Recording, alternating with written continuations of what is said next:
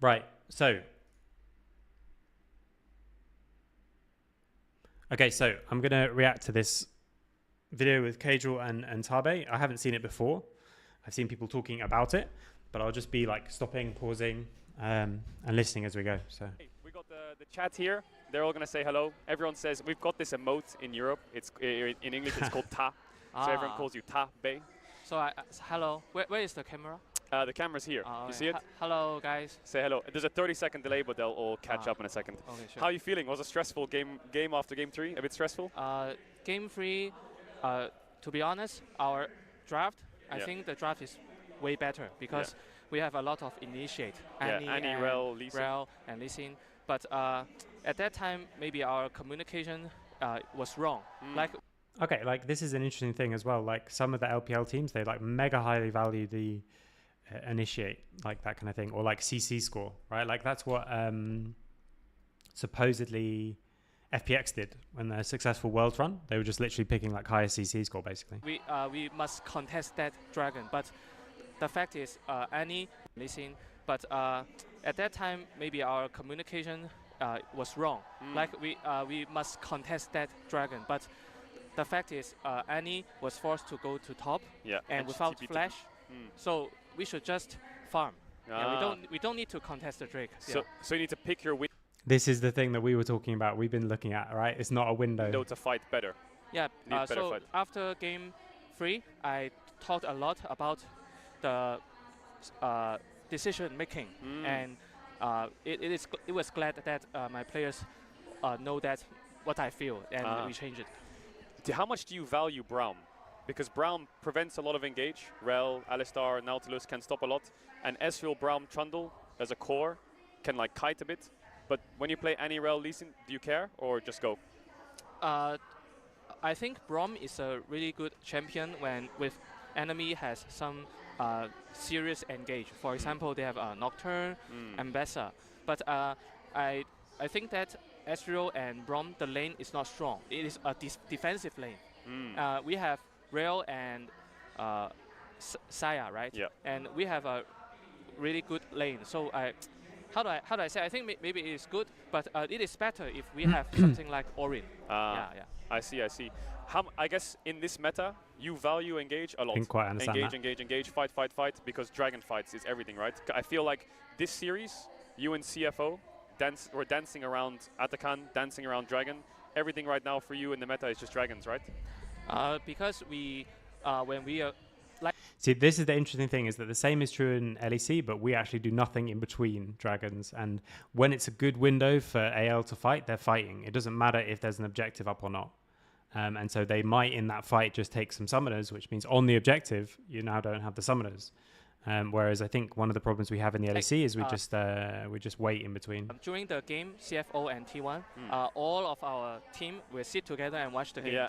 And we really think that they really did a good job in punishing the T1's top lane, bot lane. So we already knew that they will focus a lot in the Drakes. So this is really interesting as well. I love the idea of like watching the enemy team together.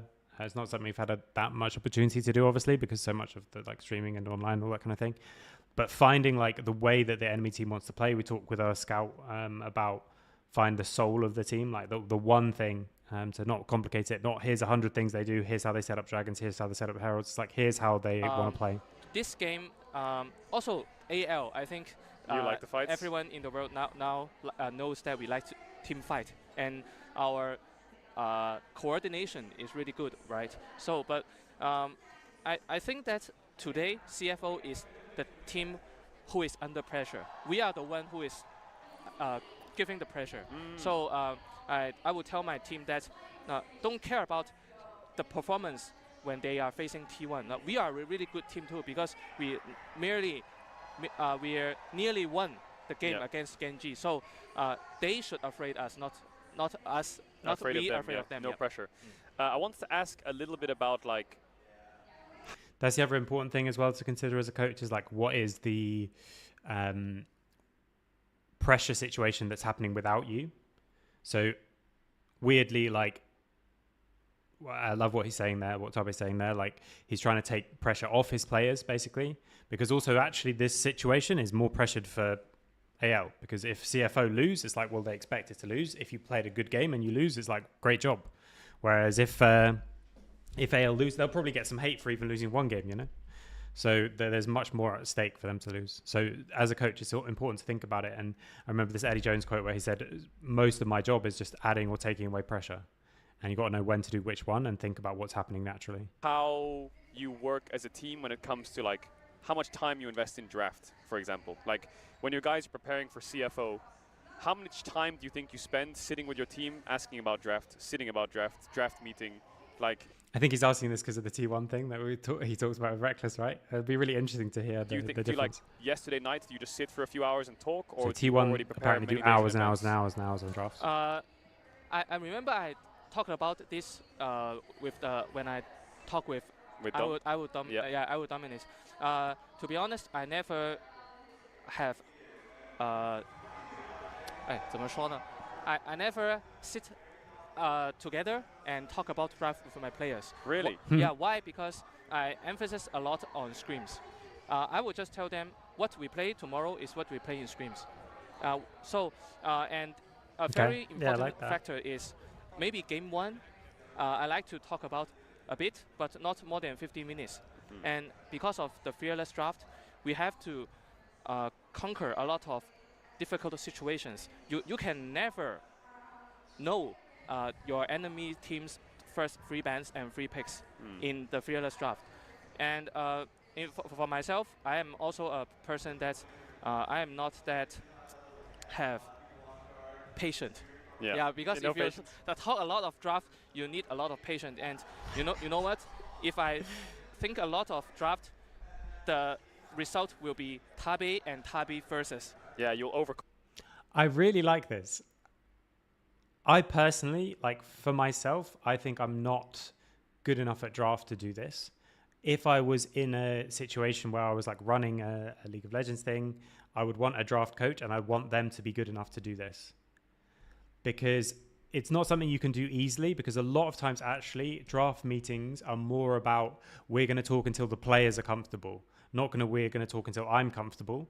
It's more we're going to talk until they are, because that's what they're used to, all those kind of things. But when you've been with the team for a longer period of time, he hasn't been with AL for ages, but still, when you're in those situations that are a bit more about longer term, if you, as a player, you just had full faith in your coach, if you can find that situation and then the coach can just do it, then I think that's the best. But the question is like, how do you get there in practice? But I love it as an idea. I love the thing of like, okay, look, I think it's also really cool that T1 just spend loads of time talking about draft when they're at these events. But I also think if you can just know in your head, and as a player, you can just know that my coach has this covered, that's awesome. I think that takes off such a weight off the players. But it's very hard to get to that level. And like I say, a lot of draft meetings that I've done in the past with certain players, I knew that we would have to do a draft meeting with this player because it's not about me knowing, it's about him knowing. And I might come in with a specific idea, I explain the idea, then we talk for 2 hours or an hour and a half. And then by that point, we come back to the same idea. But it's worth it because now they went in not sure and not comfortable. And I didn't have that relationship with them where they could just be like, okay, I know John's got it. And I don't think I'd ever want to put myself in that situation because I don't think I'm like the world's best drafter. But if you could have that situation, it just takes so much off them, which is really, really cool. Yeah, overcome everything. Yeah. So I don't like to give my team and also I do think I agree that in Fearless there's less advantage to it because you could do loads of prep and then like there's 5 different scenarios you prepped and then in every game it's okay, this time we're doing this scenario, this time we're doing this scenario, this time we're doing this scenario. Whereas in Fearless, after game 1, you would have to do it all over again. Myself, a lot of pressure. I'll just tell them, yeah, just go to play, and I will do the draft. Outplay the draft. Yeah. And yeah, when it comes to like champion priors, you have that respect, do you have strong opinions yourself? I want you to play this. I want you to play this. I want to play this. Or does your player come to you and say, I want to play this? Like, how is that dynamic, or is it mixed? Do you think? I think. Your question is really good because there is a lot of conflict between me and my players. Yeah. But although we are a new team, right? In the first sector, the first stage in the 2025, maybe we have a lot of communication problems about draft. But till now, even when we're playing against Genji, we still have a very strong bond. So maybe sometimes players will trust on me, and sometimes in a critical moment, I will trust on players. But the most important thing is every game, whenever we win or lose, we will calm down and we'll talk. Oh, maybe pick blah blah blah will I be see. better. So if you say I want, Okay, so they still, after every game, they still talk about the draft. And I think that's good as well, because that gives you an avenue as players to have that input that you would have in a big discussion, right? And now instead of having it in a big discussion, you don't have to worry about it while the game's going on. But after the game, you can still get your input in. So that's really important. That's a key, like, make sure that avenue is still available to have that input coming back to you as a coach, and an avenue for the input for the player to like be expressed. you to play this and you lose, maybe the player is a bit like, I want to play this instead, and you talk, calm down, and then the same thing happens. Like, yeah, even we win. yeah, even if you win. Yeah. Or like he says, I want to play this, and you say, okay, play it, and he loses, then you like talk about it. The most important thing about the bonding of draft between you and your players is the result. Yeah. If you win, It's good. it's happy, right? Yeah, happy. So if you lose, you have to understand that your draft is bad. So maybe game 3, my draft is bad. Yeah. And let's say, Okay, obviously, I think that's also part of the communication issue. I don't think he's necessarily meaning every game we lose, the draft is bad, and every game we win. The point is like he has to understand the bad things about your draft when you lose, and that's something that I think is really interesting. And I think we talk a lot about like the difference between like coaching theory and coaching in practice. And because he's a pro player, he's definitely massively valuing this thing of like, look, when you lose a game as a pro, you see all the problems with your draft. Those problems are there if you win, but you don't see them as much. And so as a coach, it is important to address them, which is an interesting perspective as well. let's say I think Lee Sin is OP, and we play Lee Sin and we lose, but we discuss it, and then we play it again and we lose. Have you ever been in that situation where like you really think something's strong, but you can't get it across? There's no results to show it? My opinion is you have to tell your players about whether we win, whether we lost the game is because of the draft or because of the gaming. So what happened in the game? Yeah. For example, game 3, I think my draft is bad, but I will tell them, although the draft is bad, but our decision making may be worse. Yeah, I so see. you have to. So like we're playing Lee Sin, Rel, and Annie. I mean, this is like the same that a lot of coaches do, but it's really interesting to hear it from like his perspective and in his own words. And I love that. Like, okay, maybe the draft is bad, but the decision making is You know, worse. maybe our draft is weak or whatever it is. But if you don't take the right fights, we can't win anyway. Yeah, sure. Yeah, I Yeah. see what you're saying. What's your guys' like schedule like? What let's do you say mean by like schedule? Oh, that's not in interesting. this tournament, but in LPL, you play like quite often. You know, LPL schedule is quite crazy. In Europe, we do like maybe 1 or 2 blocks a day of scrims. In China, how many blocks of scrims do you think? Or like how many scrim games a day? We are a team that we are very hardworking. Yeah. Maybe 2 blocks is impossible. Like for me, like 3 blocks is common sense. 2 o'clock, 7 o'clock, and 10 o'clock. And so maybe our resting time is about 12 to 1 o'clock midnight. I Okay. see. Yeah, and after So- that we will play rank till 3 to 4. Okay, so you wake up, eat breakfast at like maybe 12 or We never eat breakfast. never eat Becau- breakfast? Because we wake up at 1:30. We have So you lunch. wake up 30 minutes before scrims, Yes. then you scrim 5 games, 4 games, After the fearless draft, 5 games. and then yeah. small break. Until 5 o'clock. Yeah. And 5 to 7 o'clock we have dinner. Ah, Yeah, I and see. Yeah. I will give my team have a 1.5 hour to sleep. Okay, so if I'm getting this right, they wake up at 1:30, then they eat and go straight into games. Then they do 5 games. Then they have 2 hours break, 1.5 hours of which he's saying they can sleep if they want. Then they do. Yeah. They do another block of 5.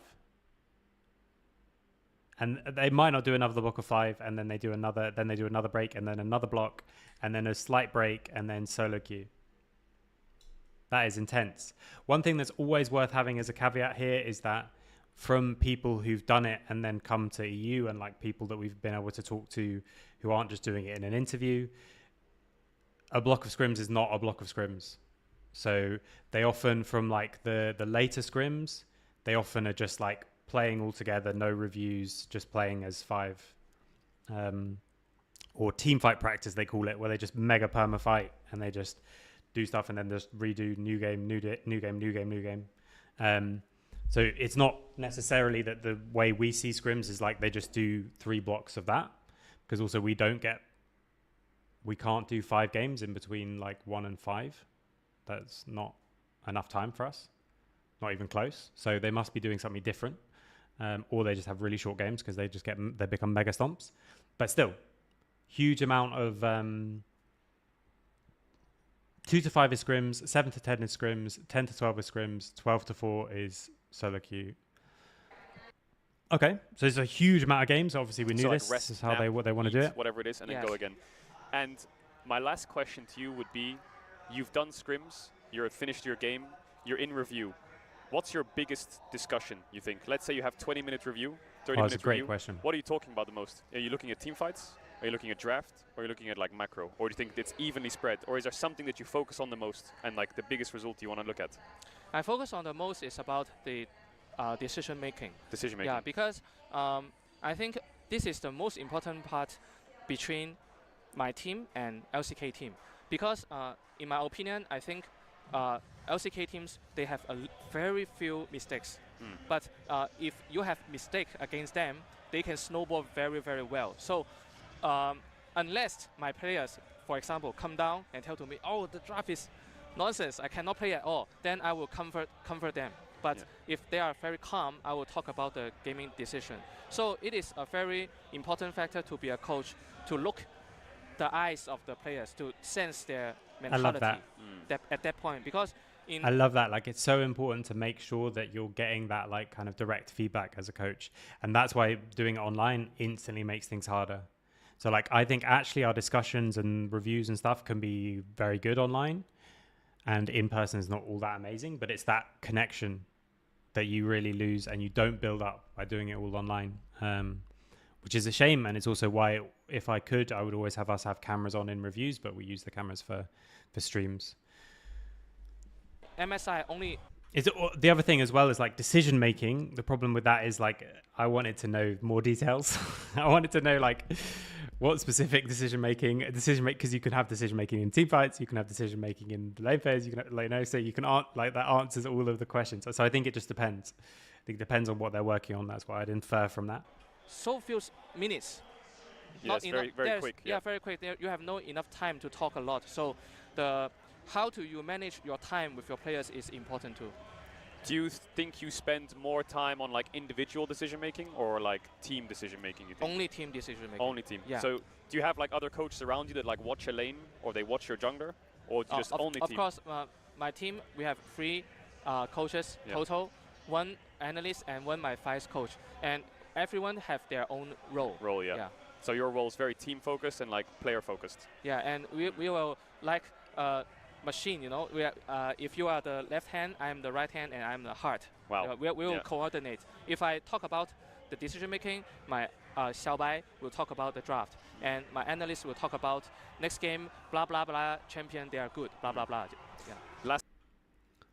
Cool. It's very cool to have everyone has their own specific role and they're doing different things, and you would be shocked at how often top teams don't have this. Again, my rant about people running these departments properly. This question, because I know I don't want to keep this too long. When you finish today and you go tomorrow, are you scrimming tomorrow all day? Yeah, we never rest. And then the next day all day scrims? Yeah. And then the next day all day scrims? And then game day? Yeah, but the thing is, sometimes maybe we'll feel very, very tired and frustrated. Then I will take my team and go down, because Vancouver, they are very nice field. Yeah, so you'll go for a walk? Go for a walk and talk about it. Look at the sea, look at the lovely pets. There are many doggies. Yeah. And I will say, okay, now we are human. And now back to scrim. Yeah, and back to scrim. Same day? Today, maybe we... No, like let's say you're scrimming, everyone's pissed off, it's fucking hard, you know. You go break. Do you come back the same day and scrim still? Yeah, but if you go for a walk, you have no break. Okay. Yeah, because you already consume the time. That's your break. Yeah. Wow. Okay, you guys are crazy. But now we will go to have a good dinner. A good dinner? Yeah, to celebrate. Yeah. Man, thank you for the interview. The chat loves it. Everyone's spamming. There's lots of emotes in Twitch. I don't know if you've ever used it, but like this means like you're super cool and like super strong, and that's what they say about you, GigaChat. Thank you, but you gave me this opportunity to talk about it. Yeah. Oh man, it's great. It's really good to get insights. I mean, it's so awesome, by the way, that we're in a world where this kind of thing can happen. I think it's so cool. I mean, they work mega hard. Like, this is what we knew about Chinese teams and LCK teams. They can absolutely churn through people, and I mean that intentionally. I use those words. So for the people who can cut it, it's great. They have a much bigger player base, obviously, but there is something to it. There has to be something to it. They have a lot of good practice every single day, or a lot of practice, I should say, every single day. I don't know if it's good. I'm just assuming. But I think it's really, really interesting.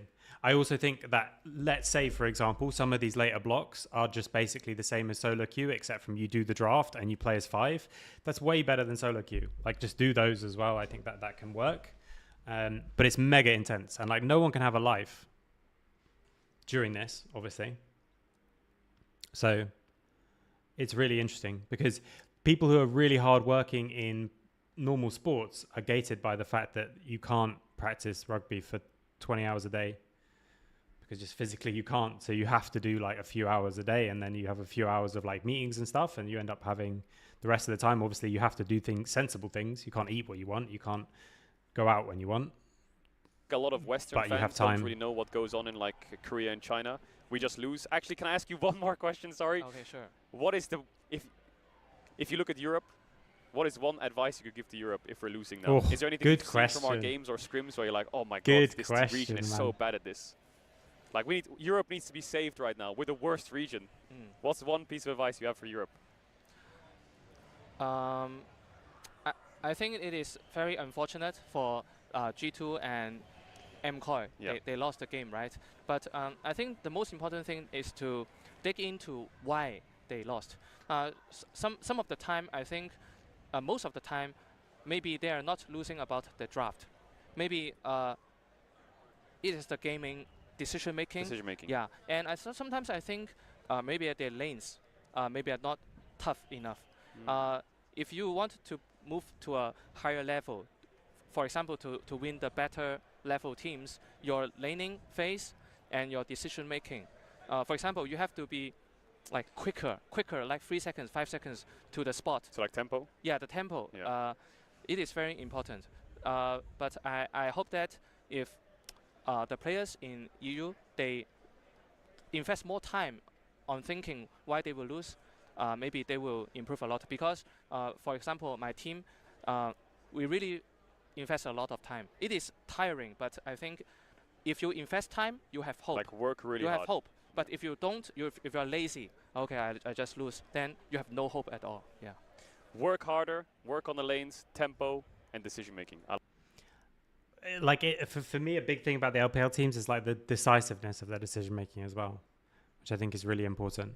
So I don't know if he's trying to say that there as well when he's talking about this timing thing. Like, you make the decision a couple of seconds quicker, and I think that can be a real difference maker.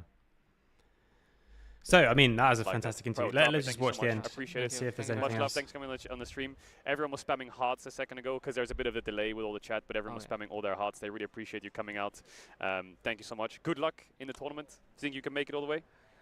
It is very difficult and hard because every stage when we are stepping forward, our enemy team will be stronger. Harder. So, but I think Anyone's Legend is a team that we are always humble and we are always willing to learn. So even we win today's game, we have a lot of problems to tackle. Yeah. So I hope that everyone will like our team and we will try our best. Hell yeah. Okay, the chat's catching up. Everyone's saying W and hearts. Thank you so much, Tabe. I appreciate you. Enjoy your time with the team. I mean, I think it's awesome that we get interviews like this.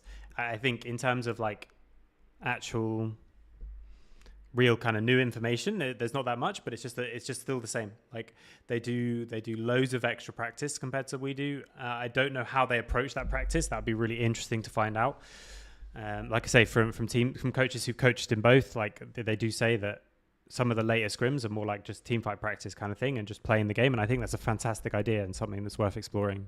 I love how everyone has their own individual roles. And like I say, for me, if you could get to the point where with a team, the drafting coach can actually do the draft, whichever coach does the draft, then that's awesome. I think that's an absolutely amazing goal to have where like, okay, no one needs to worry about this other than the coach who's doing the draft. But quite difficult to get to. And also you have to have a very skillful coach at that. And so for me personally, like in the time frame that we have, but also just myself, it's not something I'm even really going to aim for. Mine one's always going to be a lot more me just doing the framing and the players filling in the champions and stuff like that. But super interesting to hear. Yeah, and like I said, just really cool that we can have this kind of stuff. So that's my thoughts on the Tabe interview. That was the games as well. Tomorrow, I'm going to do the games on the stream. It's going to be more like a watch party rather than what I was calling these ones in-depth review. But to be honest, it's a bit less fun. So what I'll do for tomorrow is I won't know the result and I'll look at the stream. I can't remember exactly when I thought I was going to do the schedule to the thing tomorrow because we have scrims tomorrow, but only in the evening. So I think it might be again in the afternoon or potentially late morning that I do the stream, but there'll be the VOD up. If you miss it, it'll be on YouTube. If you are around, I think probably I'll do it the same, like 11:30 for like an hour or so. And then I can have a decent break before we go into scrims in the evening. So that's it for me today. Thanks everyone for watching and I will see you guys